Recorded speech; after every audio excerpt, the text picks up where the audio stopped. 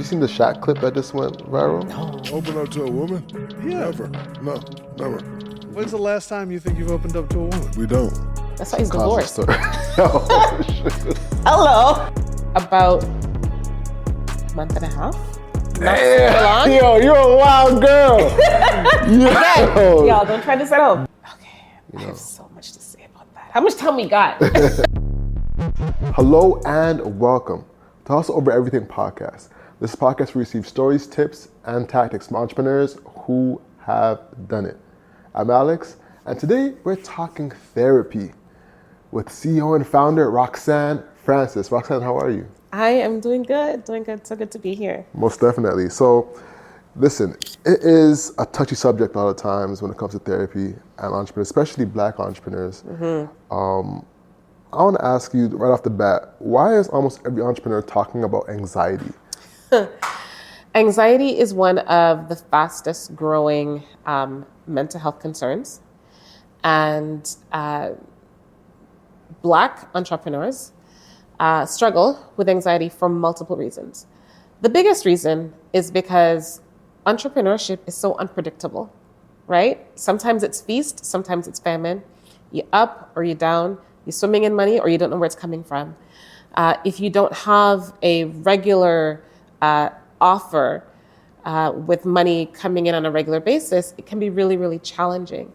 And the other thing about entrepreneurs these days is that most of us are on social media and we have to present as though things are going well when sometimes things are not going well because you want people to feel confident in you, to know that you know what you're talking about or that you are successful and so that they can put their trust in you.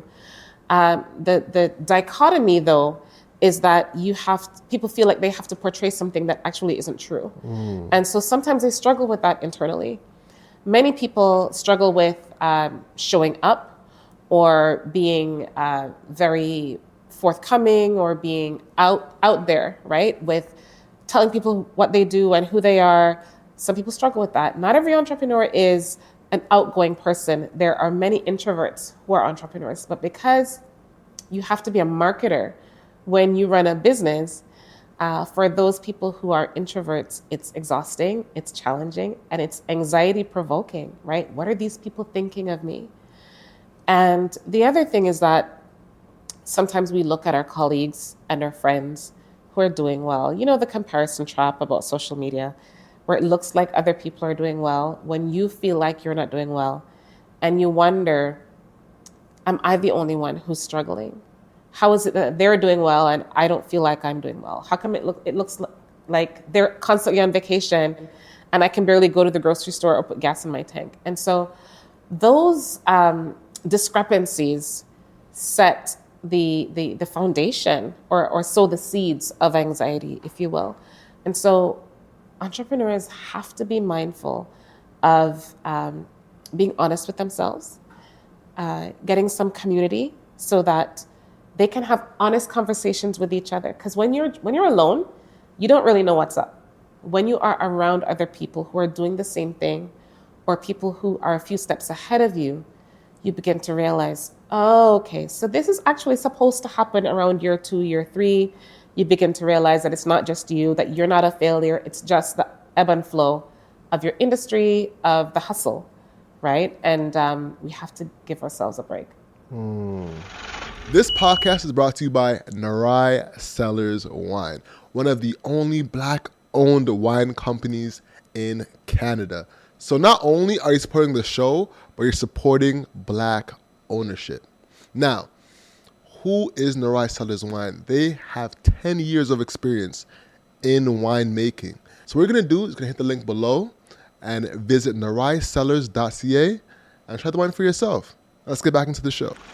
So when it comes to giving ourselves a break, what are the mental practices that we can do to give ourselves a break? Okay, so there are a few things just in terms of taking care of your mental wellness. And these are things that you probably hear from many therapists who are out there doing the thing. But getting some rest. And I know when it comes to hustle and grind mode, sometimes people are like, team no sleep. But getting rest is really important. taking care of your physical self. So getting some exercise, going for a walk. You don't have to be in the gym every day, but stretching, some movement, that's really, really helpful. Staying connected with people. So being social in some way, because otherwise we get into our heads, right? And we tell ourselves these stories that are not true. So when you're around people and you're hearing the real stories, that's helpful. Getting some laughter, eating healthy. If sometimes people don't eat healthy all the time, but getting a healthy meal every once in a while at least, drinking water, journaling is super, super helpful. These are just some of the regular things that you can do that don't really cost a lot of money to just try to take care of yourself, right? Take a break every once in a while. Rome was not built in a day, and your business will not be built in a day either, right? Cut yourself some slack. Get some advice from a mentor or a therapist, and and take it easy on yourself. Most definitely. Now let's take a step back. You know, 'cause we need to introduce you to the audience a little bit more in depth. Yeah. You know, we have a question on the podcast that's very consistent. That is, what is your autopsy? You know, talk to me. My autopsy. So I was raised in Kingston, Jamaica. Okay. I went to school there. I went to elementary or primary school. I went to high school. I started university in Jamaica, and then my family moved. We moved to Canada when I was in my second year at the University of the West Indies in the Mona campus. I was actually studying biochemistry in Jamaica and had to come here, and sort of life turned upside down, right? Immigration is not cute. Yeah. Any immigrant will tell you that they have a story. Yeah. And so I had to put school on hold. I had to join the workforce. And in living my life and stepping more into my adulthood here, I realized that I didn't want to be in a lab coat in someone's lab all day, every day. And I really enjoyed connecting with people.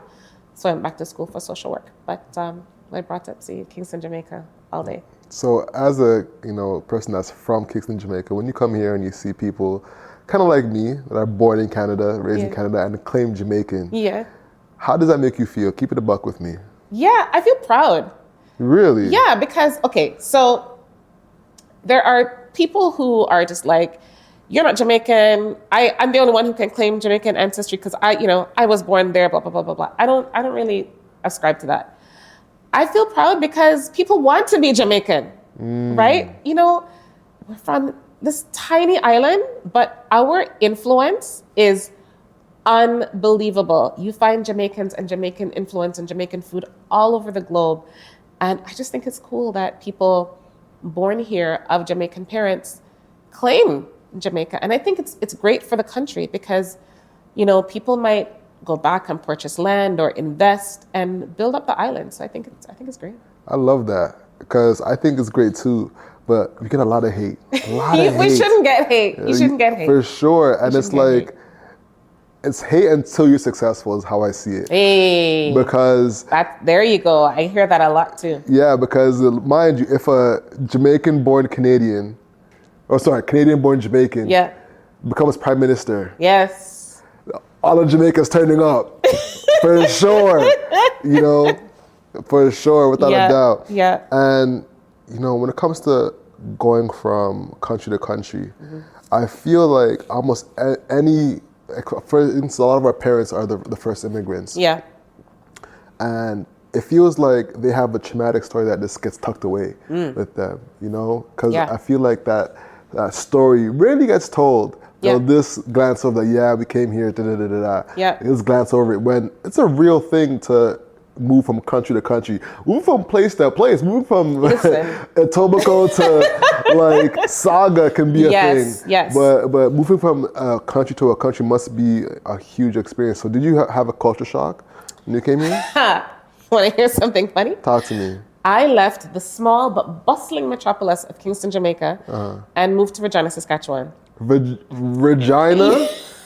I almost said the I know. I saw that. Moved to Regina, Saskatchewan, which is a lot quieter. A lot quieter. A lot wider. A lot wider. And a lot colder. We experienced winter was unbelievable. And my mom said, as soon as this ground thaws, we out, right? She had cousins in Ontario, and we left after the first winter. Damn. But it was cold, and the culture shock was unreal. It's interesting because, there's not a huge there's some Black families out there, but it's not a huge Black population, right? I would be in the grocery store and I might see someone like aisles down who's Black, and we're waving at each other because it's you don't see Black people all over the place. And we moved to Mississauga at the time, and I was stunned. Like, I was hearing patois in the supermarket, and I was saying hi to people every 5 minutes, and people are looking at me like, what's wrong with you? But I was just so excited to be around people. I went from a neighborhood where there was one West Indian store in like the whole city to, a location where there's West Indian stores all over the place, where you could go in the grocery store and buy Jamaican food. Yeah. And I thought that was pretty dope. So yeah, culture shock, but it was definitely an experience. Yeah. You realize how much you really can depend on your culture when you travel. Yeah. And how much it really means. Like, when I've traveled abroad, when I see somebody that has a Jamaican flag at all, you're like, oh shit, I could talk to you, Yes. So yeah, it's a real thing. So now, when did you become a therapist? So I moved from Kingston to Regina to Ontario, and had to join the workforce. I couldn't go back to school right away. And then eventually, while I was working, I realized, okay, I need to go back to school. I need to finish up. And I realized that I wanted to go to school for social work. So I did that. Mm-hmm. And I left school and started working for an agency and started doing social work, and was working with children and families, and working with children who had behavioral problems. Mm-hmm. But began to realize that I was doing a lot of play therapy with the kids and doing a lot of parenting therapy or couple therapy with the parents. And then eventually, after working with a few agencies, working with people, doing therapy, left full-time agency and started my own therapy practice. Got you. So it must have been a huge jump going from working full-time to starting your own practice. It was scary. Really? I'll tell you that. It was scary because it's one thing to have a paycheck hitting your account every 2 weeks. You have your pension, you have benefits. It's what a friend of mine calls it, the golden handcuff, right? At the time, I loved my clients, I loved my colleagues. Management was really, really challenging, and I had 2 small children at home that I wasn't seeing very often because work was so busy. And so those were some of the reasons why I decided to leave, but it was challenging. And, I told my mom that I was leaving my full-time job. She thought it was bananas, right? You gotta leave your pension, you gotta leave your benefits, right? What, you mad? What weird. Exactly. Yeah. But, and so it was scary. It was scary for those reasons, like, what if it doesn't work? But my partner is really amazing, very, very supportive. And he said, listen, I think you're onto something. I think you should try it. And if it doesn't work, your degree not gonna spoil, right? Go brush it off and go find something else. But let's give this a good try and see if it works. And here we are. What was the most trying time during that period? Because now you have a full team. You have a team of 10 plus people. Yes. You're looking for an office. Everybody's virtual. Yes. But during those messy middle moments. Yes. What were some of the trying times? Listen, the more subscribers we have, the better the guests get. So please hit subscribe. Let's get back into the show. The first trying time that I had was when the world shut down for COVID. Because I actually was in a space. I was actually renting a space. I had a physical location. And then the world shut down and everyone went home. And I sent an email out to all my clients and said, okay, we're going to try this Zoom thing. I was actually seeing a couple of clients online, clients who work shift or whatever. But I would say 95% of my clients were in person. And so I sent an email to everybody and said, okay. And that time it was just me. I was a solopreneur. And I said, all right, so we're going to do this online thing. And we're going to just take all of your sessions online. And about 80% of them said, thanks, but no thanks. We're just going to wait until this blows over. And I remember looking at my husband saying, what the heck are we going to do? And he said, to his credit, he said, don't worry, I have a feeling that this thing is going to last a lot longer than people expect, and they're all going to come back. And he was right. They're going to come back like addicts. You got any more of that therapy? Yeah, exactly. You got any more? Exactly. For It was sure. quiet for maybe about 2 or 3 months. And then once we realized that this thing wasn't going away and we couldn't go anywhere, people started to go a little bit people started calling, and online just became a thing, and it picked right up. And was it during the pandemic? Just as we were coming out of the pandemic, my wait list got so long that it felt unethical to keep people waiting for so long to see me. And that's when I decided to bring on team.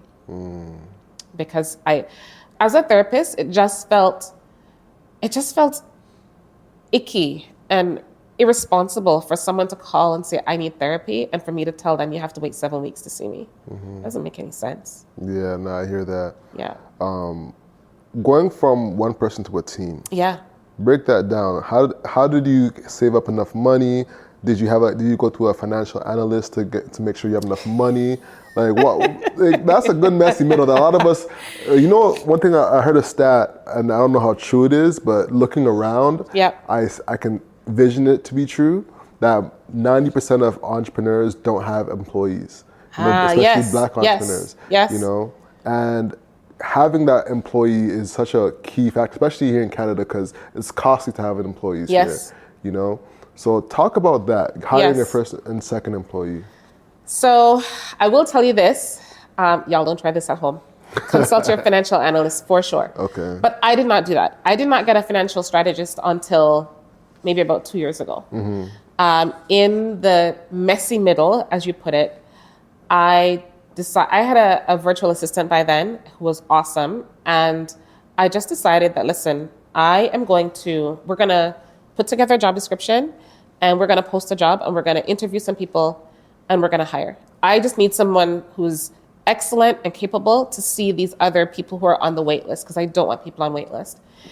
And believe it or not, I only intended to hire one person, and I ended up hiring 4. I know. Whoa. Y'all, again, don't try this at home. I'm just letting you know what happened for me. I put out a call. We put out the job description. We had a number of applicants. I looked at all the applications. We whittled them down to a few. We had a few interviews. And I ended up with 4 really amazing resumes. And I didn't know what to do.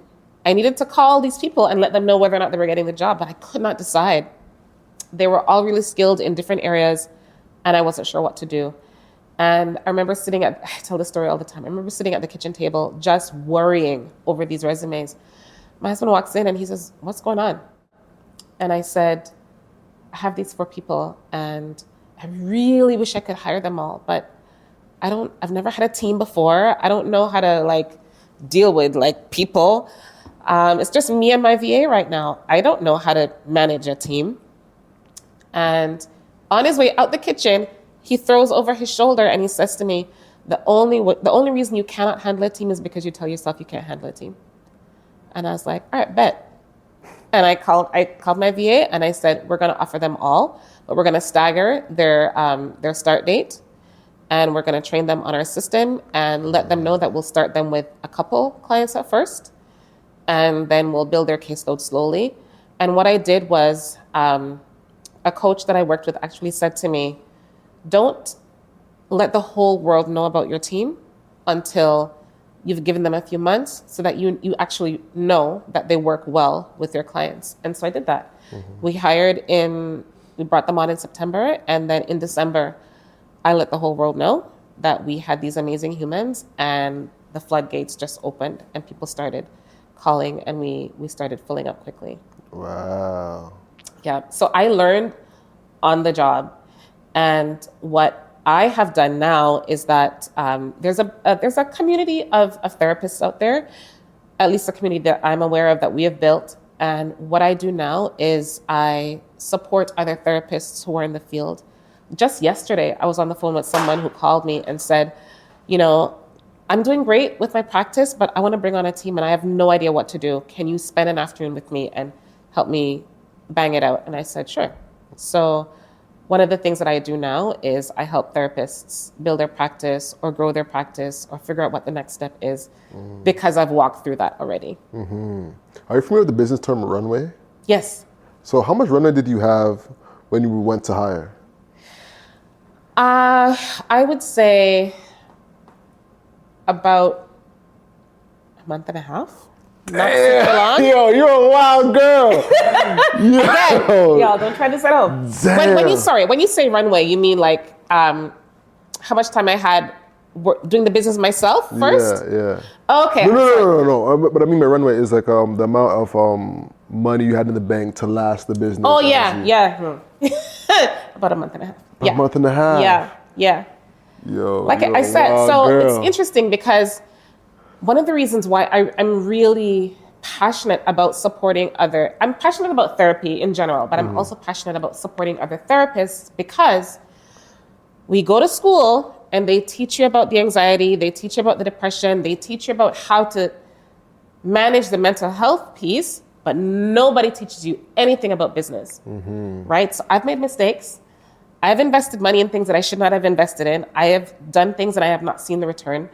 I have spent time and energy and tears and late nights up till 3 o'clock in the morning trying to figure things out because I couldn't afford to pay people. So I got to do it myself. And so I'm now at this place where I'm like, okay, somebody's got to let the people know because people are out here gatekeeping and therapists are saying, yeah, I'm ready to start my practice, but they don't know nothing, right? So I think it's really important that we tell people what's up. Most definitely. Shout out to you. You have balls of steel. I appreciate you. All right. So let's pivot into. Actually, no. Before you get to that. Yeah. What's the worst investment that you've made? The worst investment? Worst investment. Oh my gosh. What's the worst and let's do best? I would say investing in Facebook ads too early. How did I know it was going to be marketing? I knew it was going to be marketing. But I should have wrote it down. Something told me it's going to be marketing. All right, so what happened? I didn't know what I didn't know, right? I was just like, yay, Facebook ads. And I put money in, but I don't think I had enough to run the ads for a long season. I was just like, oh, we're going to advertise, we're going to get people. But it doesn't work like that, right? So I think if I had more knowledge, if I had more time to understand what that was all about, I would have approached that differently. I would have waited and I would have been able to have enough money to invest for a longer period of time to give myself enough traction, right? But I didn't. And so I don't think that money was the best money spent. Got it. How much we talking? Give me a ballpark. About 10 grand. Over the course of a few months, like working with someone who was helping, the marketing right? agency, yeah. I wouldn't do that again right now. I know more. I know better now. But I know you just asked me about the worst money that I spent. I think the best money that I've spent is also in marketing. The best money that I invested in was hiring a branding coach. Interesting. Someone who is like her bread and butter is personal brands. Yeah.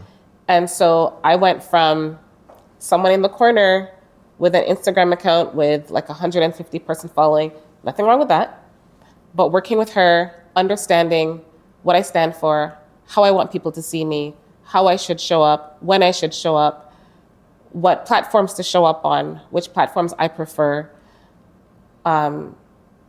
what should I talk about, like all those pieces, showing up like a boss, like all of those things, and my business, night and day, complete night and day. I went from nobody knowing me to sort of being all over the place. And shout her out. Who was that person? Monique Bryan. I knew it was Monique. How did you know? I knew it was Monique. Listen, shout out to Monique Bryan. She's a G. Listen, so I first bumped into Monique at Afrotech. Ah. She ran me for filth. Hey. So shout out to Monique. You probably knows the story.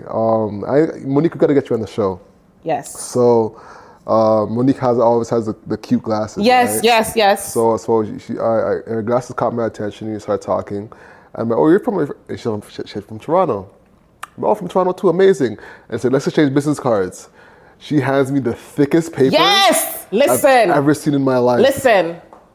And I'm like, what the hell She is this? is the template. Yeah. So I'm like, what the hell is this? I think of my car's bent.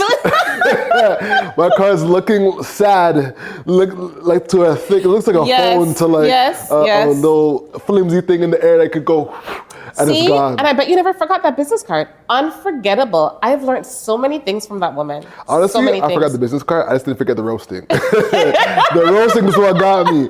To this day, when someone talks to me about Monique Brown, I'm like, the girl that roasted me, crazy. You know, so now every time I get a business card, I'm getting the thickest. I haven't got a business card until I get the super thickest, move, plastic, whatever, you know. But shout out to Monique, we got to get you on the show. Yes.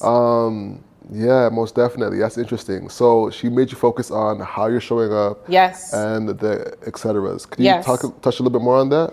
Yeah, one of the things she said to me was your personal, I don't want to misquote her, but something along the lines of, your personal brand is what people think and say about you when you're not in the room. Mm-hmm. And I was like, okay, let's go.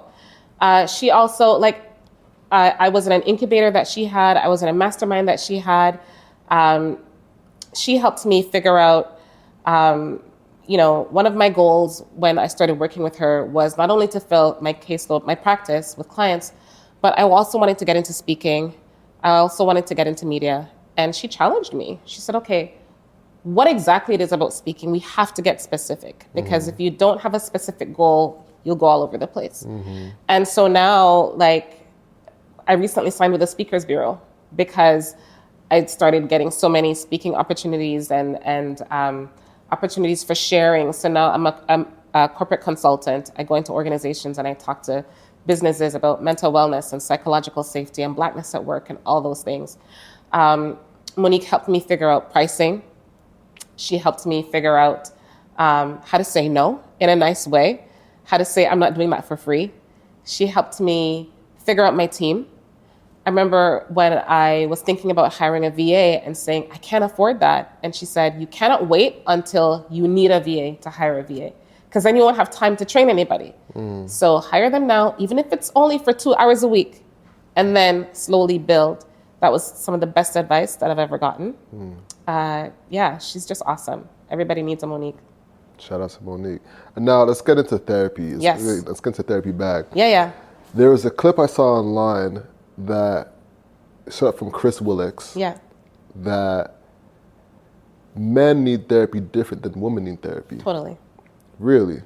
Break that down. Why do you think that is, and what therapy do men need that different? So let me just say, everybody needs therapy. Let's just put that out there. It's helpful, right? Even if you think you've got nothing, it's helpful. And I'm not saying that men need to I don't know, sports therapy or whatever. But what I mean is men and women communicate differently, right? You ask a woman how her day went, and you'll get all the things. You ask a guy how his day went, he'll just say, all right. Yeah. Right? Yeah. Women, I forget the stats, something like women will speak 80,000 words a day, and men will speak 5,000, right?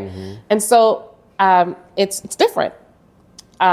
Yes, men can go to women for therapy, and that's worked. I've had male clients, and it's really been helpful for them. But men understand men, right? And it's one of the reasons why I was so adamant to get a guy on our team. And a lot of the men are now coming to see him. We're seeing an uptick in young men who are coming in for therapy. The teens now feel like they have someone that will understand them, men understand how men communicate, right? They also understand that a lot of men go through challenging seasons in their life. A lot of Black men in particular go through a lot of trauma that they don't want to talk about. They don't tell their women about it. They don't tell the parents about it, but it's there. Men struggle with don't issues. Men struggle with serious bullying. Men struggle with sexual assault, all kinds of things. And they just don't talk about it. But if you are talking to a guy who says, I've got you, chances are you're going to pull it out and you're going to access your healing. So I say to all the men who are listening, I think you should give it a try. That's big. I was working on you, bro. I'm trying to get my eyes to try therapy out. Now, let's circle and focusing on entrepreneurship. Yeah. One of the big things with entrepreneurs is that they're salesmen. Yes. So they're consistently hearing no. Yes. Right? Now, what mental practices can we have to reinforce our self-worth not being attached to our business so those no's don't have us discouraged? Yes. So a part of the human condition, or a part of the human experience, or things that people need to feel whole and happy and well balanced, is a sense of belonging, right? A sense of belonging to a group or a family or a culture. Human beings are not designed to exist out there by yourself. It's just not, right? Now, when someone is rejected, it sets off a tailspin of grief and this sense of I'm not good enough, right? Hearing no is a form of rejection. And so when you are in the realm of entrepreneurship and you try to sell something or you put out your offer and nobody comes, it's all of those ways of hearing no is a form of rejection. What we have to tell ourselves is that they're not rejecting us. They're rejecting the product, they're rejecting the service, and they're not rejecting us, right? We also have to remind ourselves that we are not, one of the things that I often talk to people about is separating your personal identity from the work that you do, right? And it's really hard for entrepreneurs because you've created this thing out of yourself. But I encourage people to engage in a little practice where, sometimes let me ask you, if you went to Afrotech and you met someone for the first time and you were introducing yourself, how would you introduce yourself? Hello, I'm Alex. I'm the owner of a media company called Hustle Over Everything. Yeah. A form of Wit Media. Yeah. Okay, great. Most people will do that. Most people introduce themselves by what they do, who they love, who they're connected to. I will now ask you, if you went to someone's birthday party and you met someone for the first time, how would you introduce yourself there? I would just say what's up. Same. Yeah. You would say what's up? Yeah, I would say what's up. I'm Alex. I'll try to leave business out of it. Okay. Yeah. Okay. I'm glad you said that, because oftentimes people will introduce themselves as what they do, who they love, who they take care of, who they're responsible for, no matter what, no matter where they are.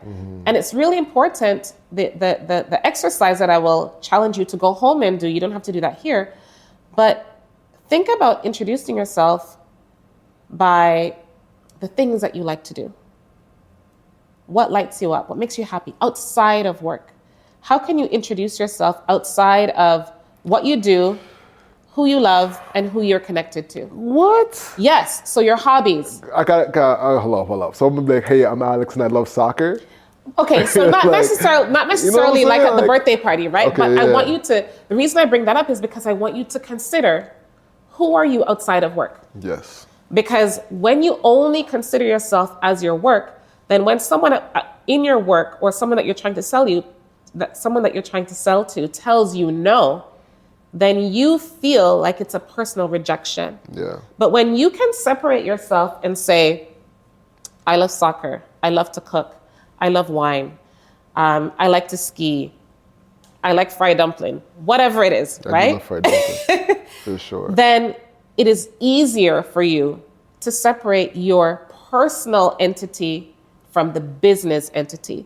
So when someone says no to your product or someone says no to your service, it isn't so much of a personal kick in the chest, right? So separating your human, personal lived experience from the entrepreneur experience, right?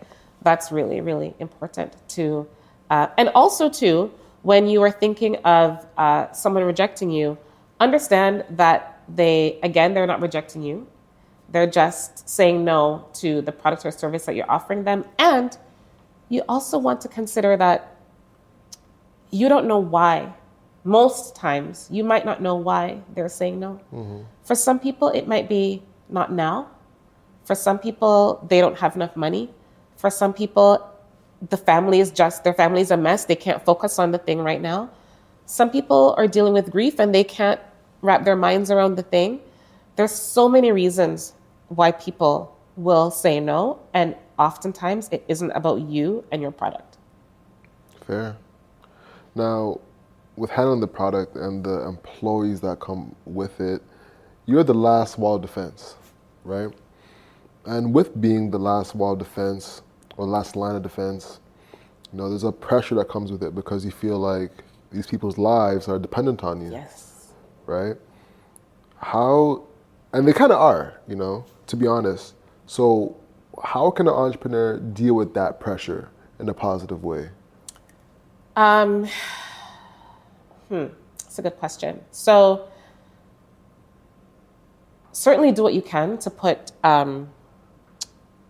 buffers in place so that, now that I'm in entrepreneurship for a few years, I know that the benefits of having a financial buffer, right, to kind of ease off some of that pressure. But sometimes you're in the messy middle and you don't have that yet. But if you have employees that depend on you and things are tight, customers are not coming in, I encourage a little bit of transparency. My team and I, we have a meeting regularly and we talk about how the business is doing. And, after a while, when we got really busy during the pandemic, and, when the pandemic kind of eased off and the sun came out, everybody was outside and nobody needed therapy. And, some new therapists don't know that in the summertime, income goes down because people are out there living their best lives. And so when there was a season for us when there was not a lot of money coming in, and I called a meeting and I said, hey, transparency, this is what's up. Now, I might not have shown them all the books, but I've said, you've noticed that caseloads are lighter. Here's what's going on. And I need all hands on deck when it comes to helping with marketing, right? So we had a brainstorm meeting about, we went to a co-working space. We put these giant stickies on the wall. Everyone had Sharpies, and we were going around, like brainstorming around what can we do to pull everything together as much as possible to make sure that our business stays afloat. You might be the boss or the leader, but your employees are part of your team. And they should have a vested interest in the business doing well. Because if they're not pulling up their stocks, if it's not all hands on deck, then they could be out of a job. You don't want that, and they don't want that. And so I think it's really important to have some transparency and letting people feel like, they're a part of this system. The business might not completely depend on them, but they're a part of what's going on. And so I think it helps with loyalty. It helps with people feeling like they have skin in the game. And it helps with this camaraderie, right? This sort of everyone all in this together. So that I think helps with relieving some of the pressure. I think it's also important to have a mentor or have a business coach, someone that you can talk to about the pressure that you are under. There is a really amazing marketing genius. I believe he's from Atlanta. His name is Madi Woodard. I don't know if you follow him. He is always posting about marketing. He's really great. He posted something that I really believe in. He says, every single entrepreneur must have a therapist because it is so easy to fall into those mental thinking traps. And if you don't have a therapist, then I say you must have a coach or a mentor or someone who is speaking into you to help you carry the load of running a business, of not feeling like you're profitable, of wondering how we're going to make it into next month. it is not uncommon for people out here who run businesses, who are in the messy middle, to pay their whole team and are shaking down the coin jar to find money to buy groceries, right? A lot of entrepreneurs out there in the messy middle are paying themselves last and are paying themselves crumbs to make sure that everybody else on their team is eating bread, right? So understand that if this is something that you're going through, you are not alone. It doesn't mean that you're failing. It doesn't mean that your business is going to collapse. This is just par for the course. And you need to talk to somebody who is doing this, who has experienced this, so that you know that it's not just you. Right? Big gems. Big gems, for sure. And speaking of that and having people to open up to, have you seen the Shaq clip that just went viral? No, tell me. Shaq just had a clip where he said, you shouldn't open up to women. Hey. If you have a woman, you shouldn't open up to her. And that's why he's divorced. Oh, shit. Hello. Yeah. And I want to get your take on that, because a lot of guys do feel like they cannot open up to their woman because they feel like, you know what? This is what it feels like. It feels like you have a limited amount of opens that you have before she's questioning if the man of the house can lead. Okay, I have so much to say about that. How much time we got? No, it's a real thing though, It might be a real thing, but it shouldn't be. And this is why I think people should not go into relationships lightly. People should not, yes, people should date and figure out if you're gonna spend your life with somebody. But if you have decided to do life, like long-term life, whether or not you're married but you've decided that this is your lifelong partner, there needs to be vulnerability. There needs to be full vulnerability. And that means you need to be able to look at your partner and say, I don't know what I'm going to do, right? And the other person needs to be able to say, I've got you, right? The other person needs to be able to say, listen, we're all human beings. None of us are superhuman. Men are not superhuman. It's not like, well, the woman should cry on my shoulder and I have to toughen it out. And so what happened when you need to cry? What happened to that? Right? If you cannot look at your woman and say, I'm really stressed and I'm not sure what's going to happen with my job. Or they're letting go my whole department tomorrow and we don't have enough savings and I don't know what to do. That woman needs to be able to say, I've got you. I will work overtime until we figure this out, right? That's what it means to partner. You have to be able to depend on each other. I had a personal experience, and I don't mind sharing about this, when my husband collapsed one morning and I had to call 911, right? And I had to be on the phone with his job, sorting out benefits, dealing with hospital. Thankfully, he's fine. But it shouldn't just be that men can only be vulnerable when they're physically unwell. They need to be able to be vulnerable when they're emotionally unwell as well, right? Mm-hmm. And women cannot be so immature. Yes, I said it. Women cannot be so immature that we're only okay with the guy when he's tough and can handle business, right? He must be able to come to, and as women, we have to create a soft, safe space so that this man that we love feels emotionally safe enough, psychologically safe enough. I'm getting all hot and bothered, right? These men must be able to come to us and say, I don't know what to do. And we must be able to put his head in our lap and say, it's okay. I got you. If you are only riding when he's all like, I got this, go shopping, go do your hair. If that's the only time that you are down with your man, you're not ready for this. You are not ready. Take a break from the relationship. Go see your therapist, go sort it out. You are not ready for the long haul if you are only there for your man when he's got you. you must be there for him as well. Vulnerability is the vulnerability on both sides is the bedrock of a solid relationship. If we don't have that, it's a matter of time. I guarantee you. That was a mic drop right there. Damn. Nah, that honestly, like, when you said that, it struck a chord with me, you know? I've definitely been on that side where you don't feel safe, psychologically safe to speak, you know, because you feel the repercussion of what happens when you talk. And yeah, and honestly, it comes, I think one of the quotes I've had in the pod is recognize the traits that you are familiar with your mom. Yes. That you don't like because it's familiar, you know?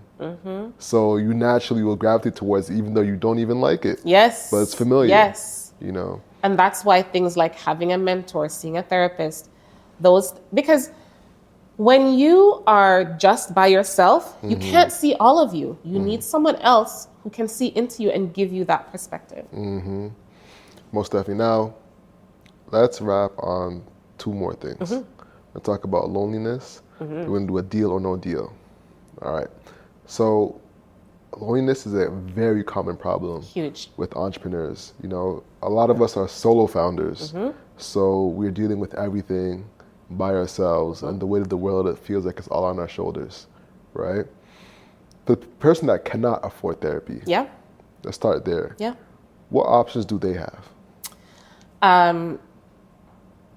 Get around like-minded people. Get around people who are going in the same direction as you. Do not get around people who are going in the opposite direction. We're talking to you about your little business. Don't get around those people. Get around people who are grinding like you, who have big ambition and big vision just like you. Get together once a month. Connect with each other. I have some OG therapists that I meet with once a month. We get together on the third Thursday evening of every month, and we hash it out. We talk about our businesses. We talk about clients that we're stuck with. We support each other. If you cannot afford therapy, get around people who are going in the same direction as you and meet up on a regular basis. If you cannot afford therapy, get a journal. A journal is like a therapist that does not talk back. Put your thoughts down in that journal. What else? Take care of yourself. Make sure you're seeing your doctor. I know a lot of people don't like going to the doctor. Make sure you are seeing your doctor, because your doctor might be able to flag some things that you may not notice, physically and mentally as well. The other thing that I would say, if you can't afford a therapist, listen to some therapy podcasts. Those are free. There's some therapists out there that are dropping some really good gems. Could you send some and I'll put them in the link in the description? Yes. Therapy for Black girls. Yes. I was listening to that on the way here, actually. There you go. Yeah. There is, who else? There is a woman that I know who actually has a podcast for people who are caregiving, right? So if you are taking care of someone who's sick, or you're taking care of an elderly parent, her podcast is called Compassion and Caregiving. And I'm trying to remember who else. There's some others that are specific to therapists. Yeah. But those are two that I can think of off the top of my head. One I can name for the guys is Express Yourself Black Man. Shout out Oh, to I love Express that. Yourself Black Man. Express Yourself Black Man? Yeah. Okay, Yeah, thank you. That's a therapy for Black men. Yes. One that I think has helped, it's not a therapy podcast, but it's on wellness, is The Friend Zone. I listened to that. The Friend Zone? Yeah. The Friend Zone's a good one. I think that's all for me. Currently. There's another one by a colleague of mine. Her name is Colleen Blake Miller, and it's called My Amazing Life. It's a podcast about wellness, not specifically therapy, but just about wellness and life and navigating some of these ins and outs and ups and downs. So that's good too. Most definitely. So now let's wrap on a deal or no deal. Okay. All right. Should I be scared? No.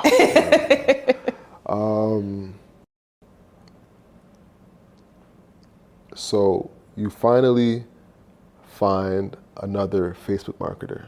Okay. You hire them to work with you full time. Yes. And they start off with things going extremely well. Yes. They're bringing in cost per leads at $7 per lead. And you're like, sheesh, Yep. killing it. Yeah. They have a traumatic experience. They have, pardon? A traumatic experience. They have a traumatic experience. Okay. Yes.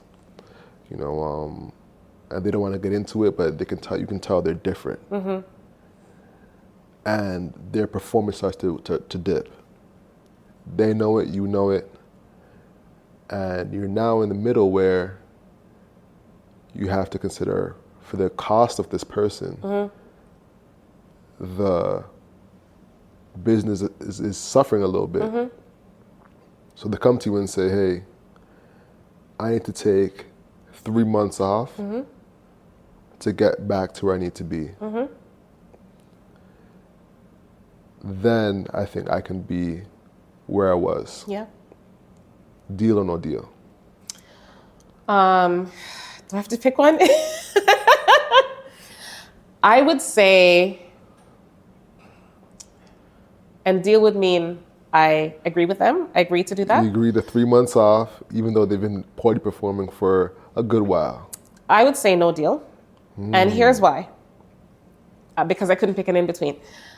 I would ask them to refer me to their next best person for the 3 months that they're off. I want them to go take care of themselves. If you want a therapy referral, I got you. But you need to give me another marketer referral because I have to keep my business up, right? I can't just, you need to go take care of yourself 100%, but I don't want to be left high and dry for the 3 months.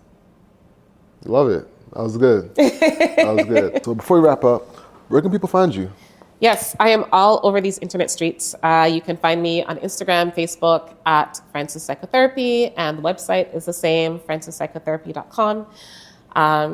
Just Google my name, Roxanne Francis. I'm all over the place.